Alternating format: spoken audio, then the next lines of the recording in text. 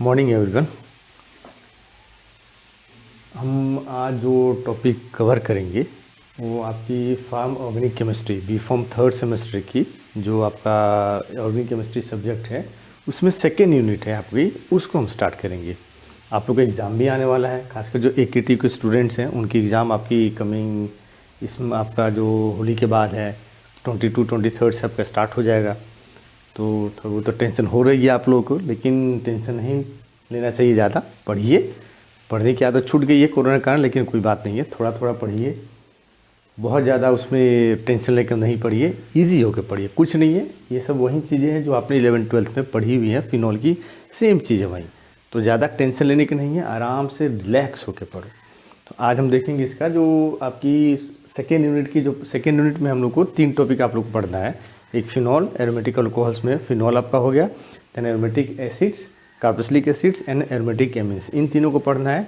इसमें आप लोग की जैसे अल्कोहल्स है, अल्कोहल्स होते हैं, सॉरी फिनॉल्स है, स्ट्रक्चर क्या है, उनकी एसिडिटी, उनकी फिजिकल प्रॉपर्टीज़, उनकी प्रिपरेशंस, उनकी केमिकल प्रॉपर्टीज़ एंड कुछ ऐसे कंपाउंड्स जो फिनॉल होते हैं, फिनॉल डेरिवेटिव्स, और बहुत ज़्यादा हमारे फार्मेसी फील्ड में यूज होते हैं, उनके बारे में पढ़ना। उसी तरह कार्बोक्सिलिक एसिड्स का भी है आपका, कार्बोक्सिलिक एसिड्स की क्या एसिडिटी उनकी है, उनकी प्रिपरेशंस कैसे की जाती हैं, प्रॉपर्टीज़ क्या क्या है, केमिकल प्रॉपर्टीज़ क्या है, यूजेस क्या है हमारे फार्मेसी में, देन एरोमेटिक एमीन्स है। ये वही सब चीज़ें हैं, टॉपिक्स हैं जो 11th-12th में आपने पढ़ रखा है।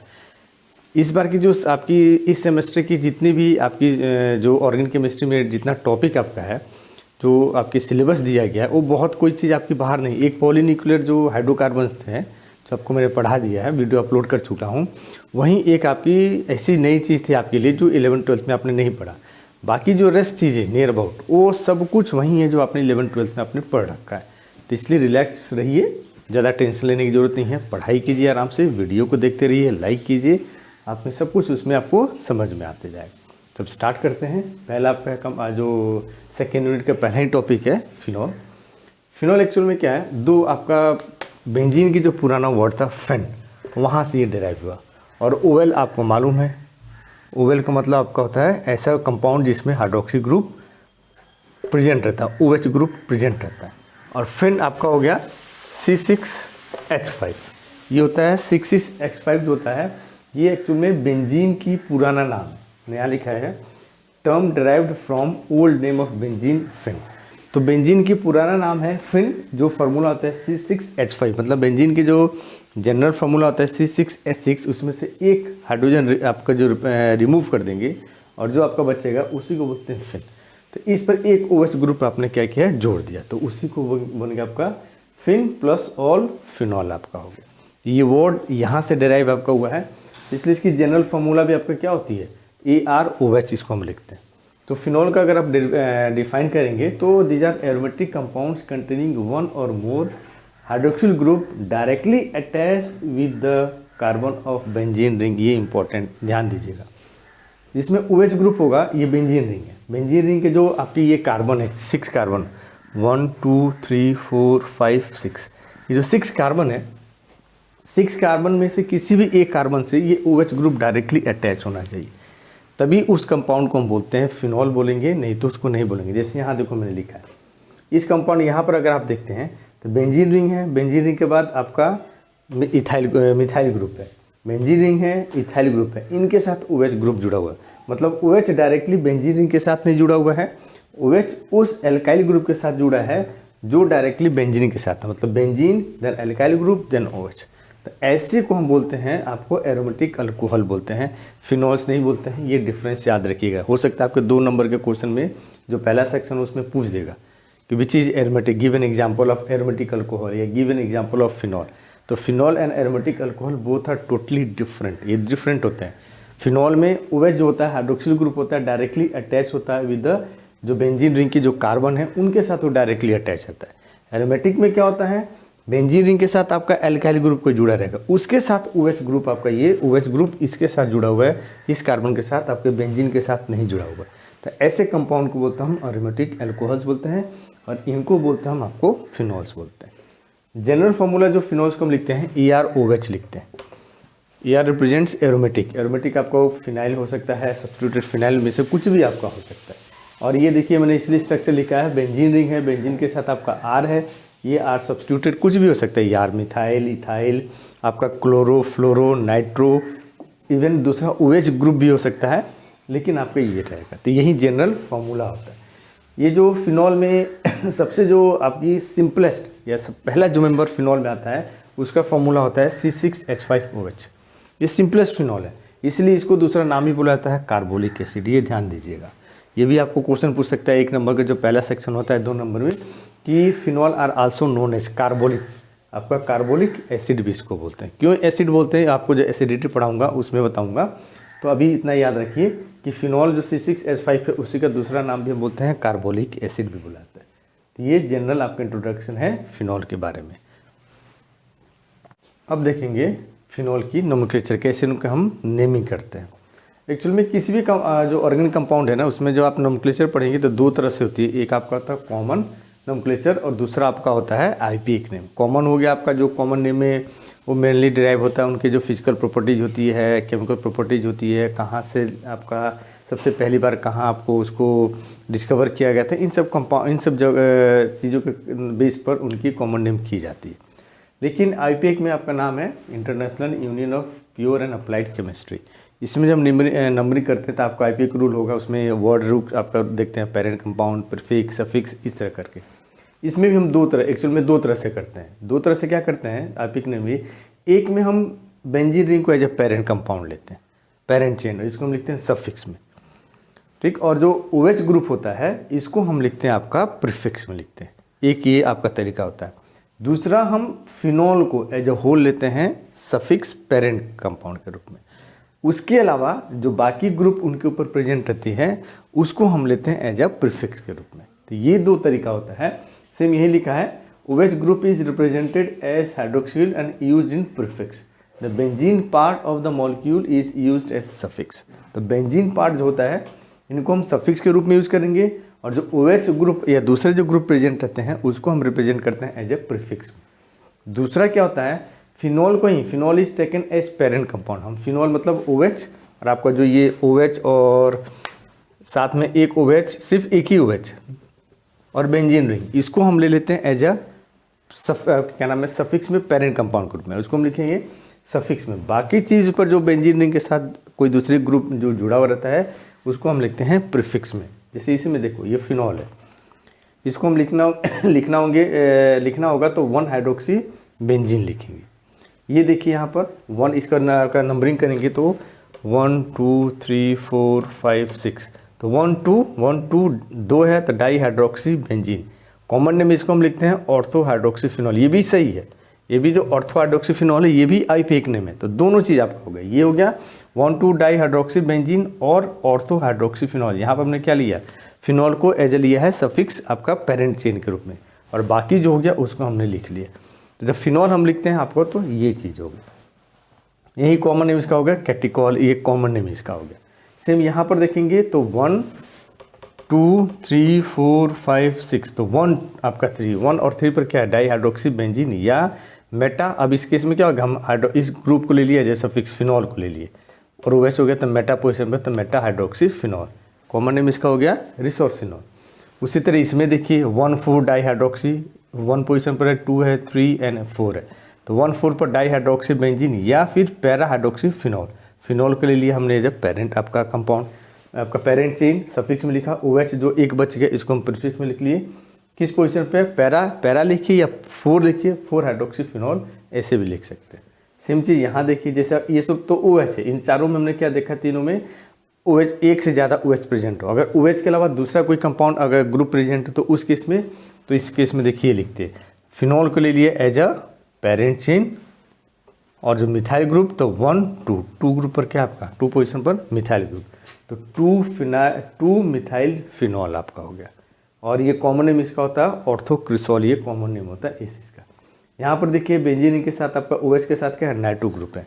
अगेन OH जो है ये बेंजीन रिंग के साथ इस जो आपका आया ये हो गया पेरेंट चेन, तो फिनॉल 1 2 3 एंड 4 पर क्या आपका नाइट्रो, तो 4 नाइट्रोफिनॉल या पैरा नाइट्रोफिनॉल। ये भी सही है आपका, क्योंकि आपने पढ़ा होगा ऑर्थो ये मेटा एंड देन ये जस्ट अपोजिट वाला पैरा, तो पैरा नाइट्रोफिनॉल, ये भी आपका दोनों ही आपका आईपीए नेम है। 4 नाइट्रोफिनॉल लिखिए या पैरा नाइट्रोफिनॉल लिखिए, दोनों आईपीए नेम होता है। तो ये आपके नेम है नोमेनक्लेचर। तो इस तरह नोमेनक्लेचर करते हैं।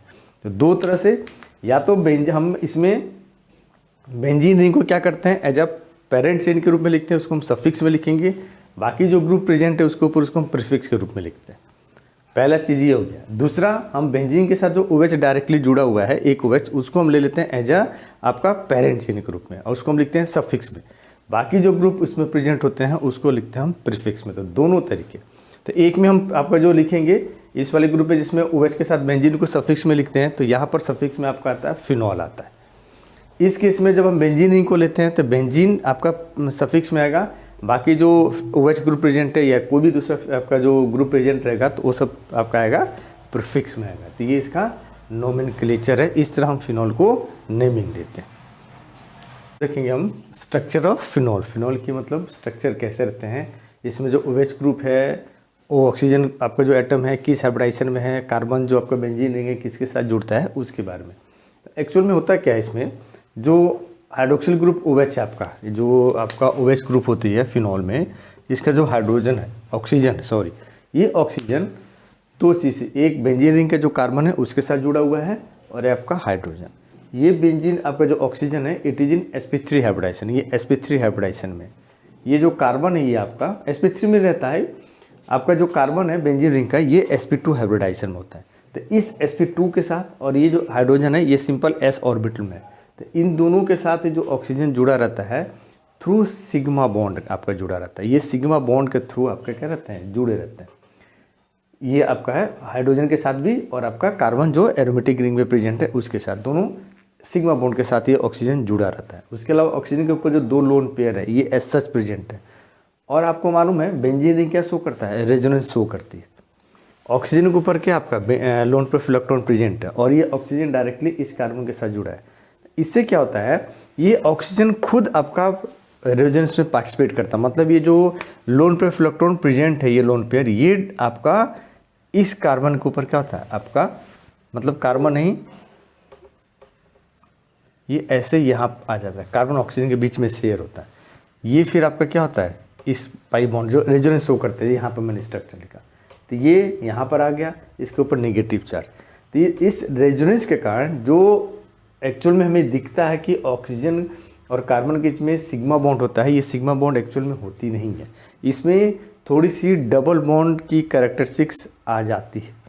इसलिए जो कार्बन और ऑक्सीजन के बीच में जो बॉन्ड लेंथ है वो थोड़ी सिंगल बॉन्ड से छोटी होती है, और वो होता है 136 पिकोमीटर। 130 इस तरह जनरली इससे ज़्यादा होती है आपकी जो कार्बन और ऑक्सीजन का जो आपका सिंगल बॉन्ड होता है वो 140-142 के आसपास होते हैं। लेकिन सिंस आपके ऑक्सीजन के ऊपर नेगेटिव चार्ज है, ये लोन पेयर इलेक्ट्रॉन है, ये ऑक्सीजन बेंजीन रिंग के साथ जुड़ा है, बेंजीन रेजोनेंस शो करता है, तो लोन पेयर इलेक्ट्रॉन जो ऑक्सीजन के प्रेजेंट है ये भी रेजोनेंस में क्या करता है, पार्टिसिपेट कर लेता है। जिसके कारण कार्बन और ऑक्सीजन के जो बीच में बॉन्ड लेंथ है वो सिंगल नहीं हो के आपका पार्सली डबल बॉन्ड को एक्वायर कर लेता है, और इसकी बॉन्ड लेंथ थोड़ी सी कम हो जाती है, 136 पिकोमीटर हो जाती है। इसके कारण क्या होता है, ये जो ऑक्सीजन ऊपर होता है, ऑक्सीजन के ऊपर क्या है, पॉजिटिव चार्ज आती है। तब ऑक्सीजन लेकिन तो इलेक्ट्रोनेगेटिव चार्ज होता है, इलेक्ट्रोनेगेटिव एलिमेंट होता है, सेकेंड इलेक्ट्रोमोस्ट आपका जो electronegative element in the periodic table होता है, लेकिन इसके ऊपर क्या हो गया, पॉजिटिव चार्ज आ गया। तो इससे क्या होता है, ये H को क्या करता है, जल्दी से रिलीज कर देता है, और रिलीज करता है, और करते हैं इसका क्या होता है, नेगेटिव चार्ज की जो पॉजिटिव चार्ज क्रिएट हुआ वो आपकी ख़त्म हो जाती है। और यही रीज़न है जो आपका जो कि फिनॉल एसिडिक होता है। अभी इसको देखेंगे, एसिडिक प्रॉपर्टी ऑफ फिनॉल पढ़ेंगे उसमें डिटेल में इसको। तो अभी इतना ये जानिए कि रेजोनेंस के कारण इसकी जो सिंगल जो बॉन्ड लेंथ होती है कार्बन ऑक्सीजन के बीच में आपका सिंगल नहीं रहता है, सिग्मा नहीं रहता, कुछ पार्सली डबल बॉन्ड को भी एक्वायर करता है, और 136 होती है। इसके अलावा ऑक्सीजन का इलेक्ट्रोनेगेटिव एलिमेंट है, कार्बन उससे कम है, हाइड्रोजन उससे कम है, जिससे क्या होता है, जो बॉन्डेड इलेक्ट्रॉन्स होते हैं ना, ये जो आपका बॉन्ड बनाने में इलेक्ट्रॉन्स इन्वॉल्व होते हैं, थोड़ा सा आपका क्या होता है, कार्बन ऑक्सीजन की तरफ मूव कर जाता है, जिससे ये जो ऑक्सीजन हाइड्रोजन कार्बन ऑक्सीजन, मतलब इसके ऊपर नेगेटिव चार्ज, इसके ऊपर पॉजिटिव, इसके ऊपर भी हल्का पॉजिटिव, तो ये जो बॉन्ड आपका कार्बन ऑक्सीजन ऑक्सीजन हाइड्रोजन, ये पोलर इन नेचर होता है। आपने पढ़ा होगा पोलर मतलब जिसके ऊपर ऐसे बॉन्ड जिसके ऊपर एक तरफ पॉजिटिव और एक तरफ क्या होता है नेगेटिव चार्ज की क्रिएशन हो जाती है due to the movement of जो आपके इलेक्ट्रॉन्स बॉन्डेड इलेक्ट्रॉन्स रहते हैं, वो इलेक्ट्रॉन्स एक एटम की तरफ मूव कर जाते हैं, थोड़ी सी नज़दीक आ जाते हैं, दूसरे थोड़ा दूर। तो जिसके नज़दीक जाएंगे नेगेटिव चार्ज, जिससे थोड़ा दूर जाएंगे पॉजिटिव चार्ज, ऐसे ही बॉन्ड को बोलते हैं पोलर बॉन्ड। तो सेम चीज़ यहाँ भी होता है, जो कार्बन ऑक्सीजन के बीच में ऑक्सीजन हाइड्रोजन के बीच में जो बॉन्ड है ये पार्शली पोलर इन नेचर हो जाती है। ठीक है, तो ये आपका है, ये इसकी स्ट्रक्चर होती है आपकी। ठीक, ये याद रखिएगा, क्वेश्चन यहाँ से पूछ सकता है कि इनके बीच में क्या डबल बॉन्ड है कि नहीं है, 136 है। या ये हो सकता है कि क्यों आपकी जो कार्बन ऑक्सीजन जो सिंगल बॉन्ड की सिंपल आपकी लेंथ होती है 140 पिकोमीटर होती है, लेकिन फिनॉल में कार्बन ऑक्सीजन की बॉन्ड लेंथ 130 है। Explain, give the reason. तो उसका रीजन यही है, रेजोनेंस के कारण इसके जो कार्बन ऑक्सीजन के बीच में आपका सिंगल बॉन्ड है वो पार्शली डबल एक्वायर कर लेता है, कैरेक्टरिस्टिक एक्वायर करता है, जिससे उसकी लेंथ डिक्रीज हो जाती है। ये इसका स्ट्रक्चर है। अब हम देखेंगे जो एसिडिटी होती है, एसिडिटी ऑफ फिनॉल। ये क्वेश्चन बहुत इंपॉर्टेंट है, आपको आता भी है कि एक्सप्लेन या आप बताइए कि वेदर फिनॉल इज एसिडिक और not, and yes then explain या जस्टिफाई योर आंसर, क्यों एसिडिक है। तो फिनॉल एसिडिक होता है, फिनॉल इसलिए एसिडिक होती है, फिनॉल की जो OH है, आपने पढ़ा होगा एसिड बेस कॉन्सेप्ट में कि acid is substance which donate positive ion, और बेस जो H पॉजिटिव को एक्सेप्ट करे या OH को डोनेट करे। अलग अलग कॉन्सेप्ट आपने पढ़ा होगा। सबसे पहले Arrhenius, then Lowry Bronsted and then आपका लेविस एसिड बेस। तो उसके अनुसार ये एज ए एसिड के रूप में बिहेव करता है।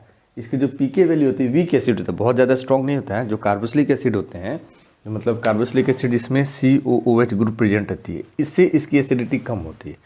लेकिन बाकी जो OH क्या है आपका अल्कोहल ग्रुप में आता है, आपका अल्कोहल है, तो बाकी जो अल्कोहल है उनसे ज़्यादा ये एसिडिक होती है।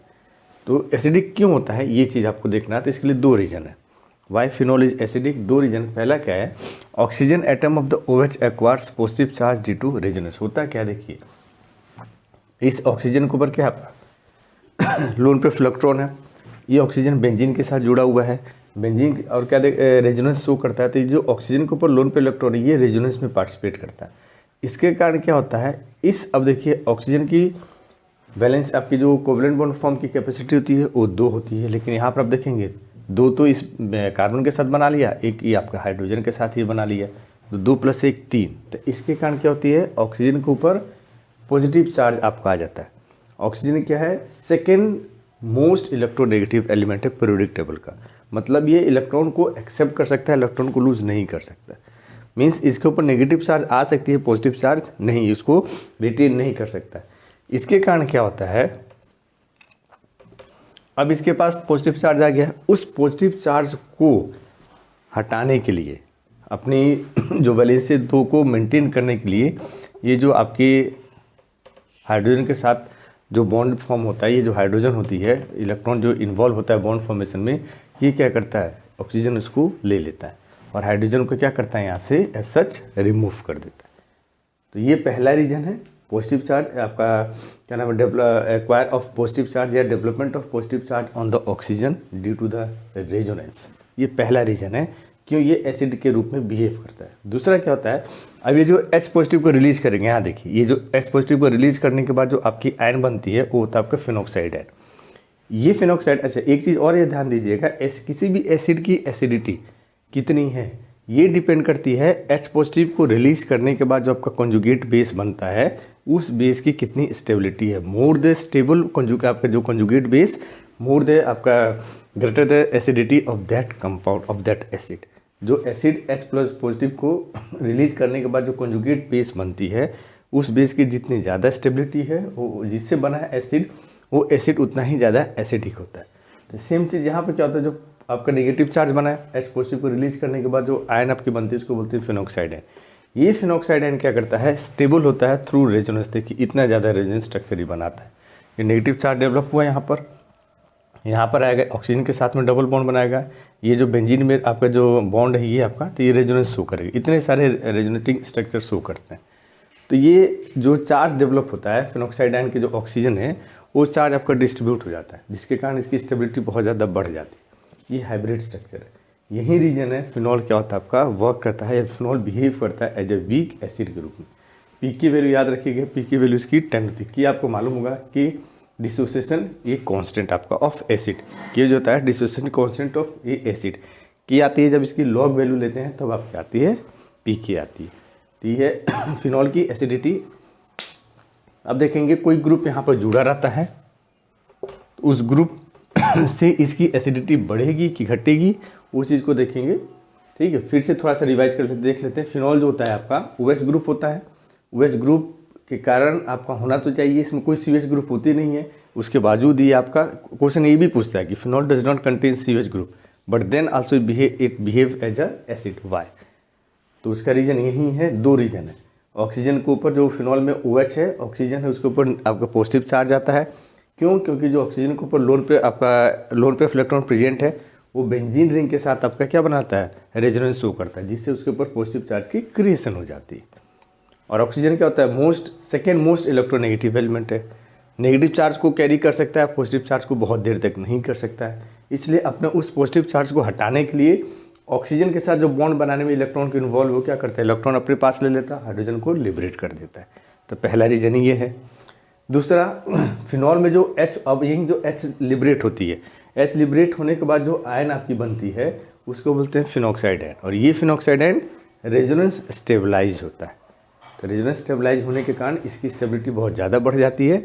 और किसी भी एसिड की एसिडिटी डिपेंड करती है जो कॉन्जुगेट बेस बनता है उससे, उसकी स्टेबिलिटी कितनी है। जितना ज़्यादा स्टेबिलिटी उतनी ज़्यादा उसकी एसिडिटी आपकी होती है। तो ये फिनॉल की एसिडिटी है। अब इसमें देखेंगे ग्रुप के जोड़ने या कौन सा ग्रुप, एक दो ग्रुप होते हैं, इलेक्ट्रॉन विड्रॉइंग, इलेक्ट्रॉन डोनेटिंग। तो उससे एसिडिटी बढ़ेगी कि घटेगी, क्यों बढ़ेगी और क्यों घटेगी, ये देखेंगे। अब देखेंगे जो कोई भी ग्रुप फिनॉक्साइड या फिनॉल के ऊपर प्रेजेंट है, तो प्रेजेंट होने से उसकी एसिडिटी बढ़ाती है या एसिडिटी घटाती है, इस चीज़ को हम देखेंगे। तो ग्रुप, अब देखो ये एक जनरल रूल है, कोई भी किसी भी एसिड की या बेस की जो आपकी स्टेबिलिटी होती है, मतलब उसकी मोर एसिडिक होता है कि लेस एसिडिक होता है, उसके साथ जो ग्रुप ऐड रहता है उसके ऊपर डिपेंड करता है। और वो ग्रुप कैसे आपके उस चीज़ को, उसकी एसिडिटी या बेसिसिटी को इफेक्ट करती है, ये डिपेंड करता है। अब जैसे एसिड है, एसिड H+ आयन को रिलीज करने के बाद जो आपका कंपाउंड बनता है उसको बोलते हैं हम कंजुगेट बेस बोलते हैं। तो जो ग्रुप उस कंजुगेट बेस की स्टेबिलिटी को बढ़ाती है, वो ग्रुप उस एसिडिटी, उस कंपाउंड की एसिडिटी को बढ़ा देगी। जो ग्रुप उस आपकी जो कंजुगेट बेस बना उसकी स्टेबिलिटी को डिक्रीज करेगी, वो ग्रुप उस कंपाउंड की एसिडिटी जो होती है, उस एसिड की जो एसिडिटी है उसको क्या करता है, डिक्रीज कर देता है। ये दो आपकी, ये चीज़ आपकी कॉमन है। कोई भी एसिड बेस, कोई भी एसिड लीजिए, वो फिनॉल का लीजिए, कार्बोक्सिलिक एसिड लीजिए, कोई भी एसिड लीजिए, उससे मतलब नहीं है। लेकिन ये जो आपका बेसिक चीज़ है ये सबके ऊपर ये जो बेसिक रूल है ये सबके ऊपर आपका क्या होता है, लागू होता है। तो सेम चीज़ यहाँ भी होता है। Any factor that stabilises the anion, phenoxide ion, more than it stabilizes the phenol increases the acidity, and any factor that makes the anion less stable decreases the acidity। मतलब जो भी फैक्टर फिनॉल के ऊपर जुड़ा हुआ है, जब आप कंपेयर करेंगे फिनॉल के आपकी स्टेबिलिटी से और फिनॉक्साइड आयन की, अगर फिनॉक्साइड आयन की आपकी स्टेबिलिटी ज़्यादा है एज कम्पेयर टू फिनॉल, तो कंपाउंड आपका क्या है, फिनॉल आपका मोर एसिडिक है। वो जो ग्रुप जुड़ा हुआ है वो ग्रुप उस फिनॉल की एसिडिटी को क्या कर रहा है, बढ़ा रहा है। जो ग्रुप फिनॉक्साइड आपका जो फिनॉल की आपके क्या स्टेबिलिटी को ज़्यादा करेंगे, मोर स्टेबल करेंगे as compare to phenoxide ion, तो वो ग्रुप आपकी फिनॉल की एसिडिटी को क्या करते हैं, डिक्रीज कर देते हैं। अब ग्रुप दो ही तरह के होते हैं, हमेशा ध्यान दीजिएगा। जितने भी ग्रुप होते हैं उनकी नेचर या तो इलेक्ट्रॉन को विड्रॉ अपने तरफ खींचने की होती है, मतलब जो बॉन्डेड इलेक्ट्रॉन है उनको अपनी तरफ खींचने की उसकी प्रवृत्ति, उसका टेंडेंसी होता है। या फिर जो ग्रुप आपके एक ग्रुप होते हैं जो क्या करेंगे, इलेक्ट्रॉन्स को डोनेट कर देंगे, दे देंगे। तो यही दो तरह के ग्रुप होते हैं, उन्हीं के ऊपर ये है इलेक्ट्रॉन विड्रॉइंग अपने तरफ खींचेंगे, टेंडेंसी जो उनकी होती है इलेक्ट्रॉन विड्रॉइंग जो इलेक्ट्रॉन को डोनेट करते हैं। अब देखिए इसमें जैसे फिनॉक्साइड आयन है, अब आपको मालूम है फिनॉक्साइड आयन है जो नेगेटिव चार्ज इसके ऊपर आपकी डेवलप होती है, ये नेगेटिव चार्ज आपका क्या होता है, इस ऑक्सीजन से लेकर पूरे कार्बन के ऊपर आपका क्या होता है, डिस्ट्रीब्यूट हो जाता है। ये रेजोनेंस के थ्रू आपका रेजोनेंस शो करता है, पूरा चार्ज ये डिस्ट्रीब्यूट हो जाता है। अब ये ग्रुप जुड़ा है, ये ग्रुप की टेंडेंसी सबको ये है इलेक्ट्रॉन डोनेटिंग, इलेक्ट्रॉन को डोनेट कर, तो डोनेट करेगा इलेक्ट्रॉन, किसको डोनेट करेगा, आपको इस बेंजीन रिंग को। तो बेंजीन रिंग के पास पहले से ही इलेक्ट्रॉन है, इलेक्ट्रॉन ग्रुप ने क्या किया और ज़्यादा दे दिया। तो जब ज़्यादा इलेक्ट्रॉन दे देगा तो जो ऑक्सीजन के ऊपर नेगेटिव चार्ज का क्रिएशन हुआ ड्यू टू आपका जो H+ रिलीज होने के बाद फिनॉक्साइड आयन में, तो उसकी टेंडेंसी यहाँ पर जिसके पहले से ही है, जो पहले से ही है तो उसको आपका हैंडल करने के लिए उसके पास उतनी ही कैपेसिटी है, आप उससे ज़्यादा हैंडल नहीं कर सकता है। तो ऑक्सीजन के ऊपर जो इलेक्ट्रॉन हो वो पार्टिसिपेट नहीं करता है, इसमें रेजोनेंस के ऊपर पार्टिसिपेट नहीं करता है। तो जब रेजोनेंस के ऊपर पार्टिसिपेट नहीं करता है तो ऑक्सीजन के ऊपर जो नेगेटिव चार्ज है, कोई भी आपका जो सब्सटेंस होता है वो न्यूट्रल की स्टेबिलिटी ज़्यादा होती है एज कम्पेयर टू कैटायन या एनायन। तो यहाँ पर नेगेटिव चार्ज को हटाने के लिए क्या करेगा, फिर से H को एक्सेप्ट करेगा और फिनॉल में कन्वर्ट हो जाता है। तो जितने भी इलेक्ट्रॉन डोनेटिंग ग्रुप होते हैं, ये इलेक्ट्रॉन क्या करते हैं, रिलीज करते हैं, देते हैं, आपको डोनेट करते हैं बेंजीन रिंग के ऊपर। बेंजीन रिंग के ऊपर इलेक्ट्रॉन की डेंसिटी बढ़ जाती है, जिसके कारण ऑक्सीजन के ऊपर जो नेगेटिव चार्ज है वो आपका जो रेजोनेंस में उतने इफेक्टिवली पार्टिसिपेट नहीं कर पाता है, जिससे इसकी एसिडिटी क्या होती है, डिक्रीज हो जाती है। ऐसे group NH2, OH, OCH3, NHCO3, C6H5, CH3 ये सब ग्रुप होते हैं जो इलेक्ट्रॉन्स को डोनेट करते हैं। जस्ट इसका उल्टा है, इलेक्ट्रॉन विड्रॉइंग, इलेक्ट्रॉन को अपने तरफ पुल करेंगे। तो अब जैसे ये ग्रुप है, ये क्या करेगा, पुल करेगा कहाँ से, बेंजीन रिंग के ऊपर से। तो बेंजीन रिंग के पास जो इलेक्ट्रॉन की डेंसिटी है वो क्या करेगी, अपनी तरफ खींच लेगा। तो बेंजीन रिंग के ऊपर इलेक्ट्रॉन की डेंसिटी कम हो जाएगी। तो उस चीज़ को पूरा करने के लिए जो ऑक्सीजन के ऊपर नेगेटिव चार्ज है वो तुरंत क्या होता है, बेंजीन के पास चला आता है। वो तुरंत बेंजीन उसको खींच अपनी तरफ क्या करता है, अट्रैक्ट कर लेता है, खींच लेता है, जिससे ऑक्सीजन के ऊपर नेगेटिव चार्ज कम हो गया। मीन्स ऑक्सीजन के ऊपर जो इलेक्ट्रॉन है वो क्या हो गया, वो पूरे के पूरे इस बेंजीन रिंग के ऊपर आपका डिस्ट्रीब्यूट हो गया। तो नेगेटिव चार्ज आपका नहीं आया, तो ये आपका क्या हो गया, इसकी स्टेबिलिटी क्या हो गया, आपकी स्टेबिलिटी बढ़ गई। स्टेबिलिटी बढ़ गई तो आपकी जो फिनॉल की टेंडेंसी होती है H+ को लूज करने की, वो चीज़ आपको क्या होती है, बढ़ जाती है। तो जितने भी इलेक्ट्रॉन विड्रॉइंग आपके ग्रुप होते हैं, ये बेंजीन रिंग के ऊपर इलेक्ट्रॉन की डेंसिटी को डिक्रीज करते हैं। इलेक्ट्रॉन की डेंसिटी डिक्रीज करने से ऑक्सीजन के ऊपर जो नेगेटिव चार्ज है उसकी tendency to participate in the resonance बढ़ जाती है। तो जब रेजोनेंस ज़्यादा हो जाएगा तो आपकी स्टेबिलिटी क्या होती है, अपने आप ज़्यादा बढ़ जाती है। वही चीज़ है, withdraws the electrons from the benzene ring, stabilizes the anion, increases the acidity। कौन कौन से ऐसे ग्रुप हैं, जितने भी जिसके ऊपर जितने कैटायन हैं, जिसके ऊपर पॉजिटिव चार्ज है, वो सब के सब इसमें। तो नाइट्रो आपका NH3 आपका जो क्वाटरनी अमोनिया होती है, नाइट्रो ग्रुप होता है, CN, SO3S, COS, CHO, COR, X आपका हो गया जो हेलोजेंस होते हैं, ये ग्रुप होता है। यही आपका इफेक्ट है एसिडिटी का। ये क्वेश्चन बहुत इंपॉर्टेंट है, ये आपके या तो 2 नंबर में या 5 नंबर में क्वेश्चन आता ही है। सी सिंपल सी दे देगा एक्सप्लेन या वाई फिनॉलिक एसिडिक आपका ही दे देगा। कभी कभी क्या करता है, आपका दे देता है जो 7 नंबर के क्वेश्चन होते हैं, 6 सेक्शन होते हैं, उसमें डायरेक्टली पूछ देता है वाई एक्सप्लेन आपका explain the acidity of phenol and explain the effect of substance on the acidity of phenol. ये चीज़ आपको आता है, तो ये इंपॉर्टेंट क्वेश्चन है आपके एग्जाम पॉइंट ऑफ व्यू से। ये क्वेश्चन आपको नियर अबाउट 99% चांस होते हैं कि आपके जो सेमेस्टर एग्जाम है इसमें आता ही आता है। अब इसके बाद हम लोग देखेंगे नेक्स्ट स्लाइड, आपका जो वीडियो मैं अपलोड करूँगा उसमें हम देखेंगे आपका इसकी फिनॉल को कैसे बनाया जाता है, प्रिपरेशन या synthetic method for the phenol, then उसकी प्रॉपर्टीज़।